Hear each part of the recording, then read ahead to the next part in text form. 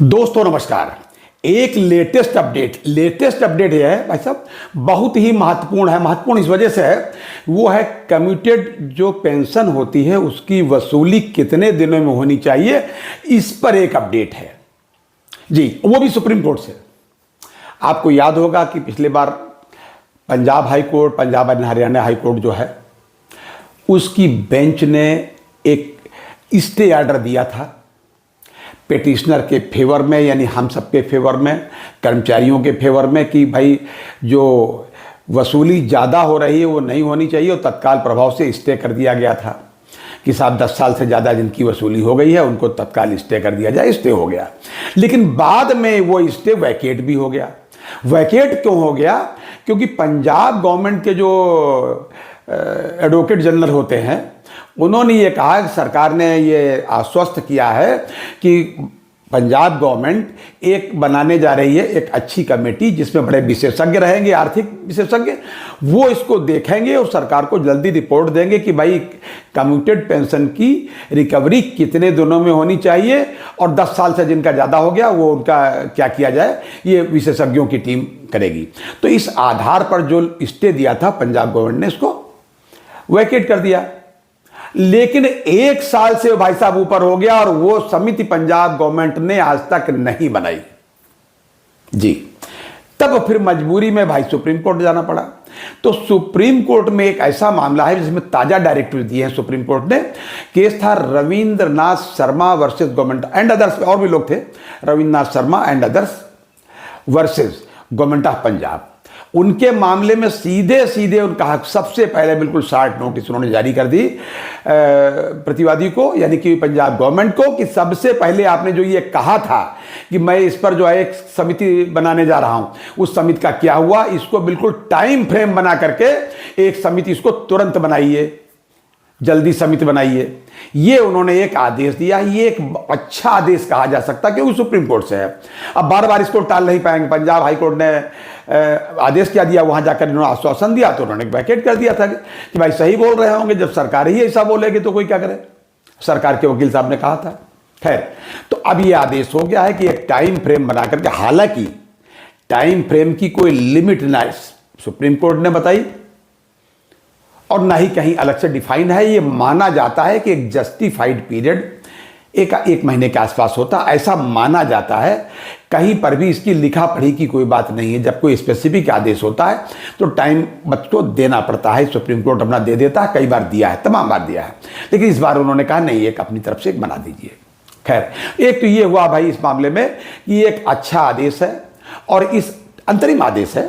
इस आदेश से रविंद्रनाथ शर्मा साहब के फेवर में जो ये अंतरिम आदेश हुआ है, ये नॉट ओनली बैंकर्स को, केवल रिटायर्ड बैंकर्स की बात है, ये देश भर के पेंशनर्स को ये प्रभावित करेगा। इसका पॉजिटिव जो भी इसका आउटकम आएगा, जो इसके पॉजिटिव रिजल्ट्स आएंगे, एक अच्छी खबर है ये। और कुछ एक बात और बता दूं मैं आपको, जब कोई बढ़िया होने वाला होता है तो कुछ ना कुछ गुड वाइब्स इधर उधर से आने लगती हैं। कल मैंने अपने वीडियो में आपको बताया था इस बात को कि कुछ अच्छा होने वाला है। अब अच्छा होने वाले का सबसे पहले मैंने बताया कि भाई साहब 10 तारीख को है, 10 दिसंबर को MC सिंगला साहब का केस का डेट लग गई है, जो कि 2023 के बाद से कई बार लगी, कभी सुनवाई नहीं हुई। अर्ली हियरिंग की एप्लीकेशन दी गई तो भाई डेट लगी। चलो भाई डेट लगी, हम पूरी तरीके से आश्वस्त है कि बिल्कुल फाइनल हियरिंग लिखा पढ़ी में है तो होना ही चाहिए फाइनल हियरिंग, और फाइनल हियरिंग होकर के आपके पक्ष में निर्णय आएगा, ऐसा मैं मानता हूं, और आप भी ऐसा मानिए, पॉजिटिव होकर के रहिए। दूसरी बात, इसी महीने में यानी कि नवंबर में ही, ये बड़ी विश्वस्त सूत्रों से भाई साहब पता चला है, इसी महीने में 27 तारीख को DFS के सेक्रेटरी साहब ने UFBU को वार्ता के लिए बुलाया है। IBA ने नहीं, DFS सेक्रेटरी साहब ने। और इसके पहले मैं आपको बता चुका हूं, 18 तारीख को ही AIBRF ने भी, यानी SC जैन साहब ने एक चिट्ठी लिख मारी थी उनको, DFS सेक्रेटरी साहब को। CBPRO के लोग भी मिल के आए हैं DFS के सेक्रेटरी साहब को। एडिशनल सेक्रेटरी साहब भी मौके पर मौजूद थे, अपना प्रतिवेदन यानी कि मेमोरेंडम भी दिया। इधर इन्होंने भी चिट्ठी लिखी, और इधर 27 तारीख को UFBU को DFS ने बुलाया है हालांकि मुझे ऑफिशियली ये नहीं मालूम लिखा पढ़ी में कहे एजेंडा क्या है, लेकिन आप मान के चलिए कि यूएफबीयू का केवल और केवल यही एजेंडा है पेंशन अपडेशन का।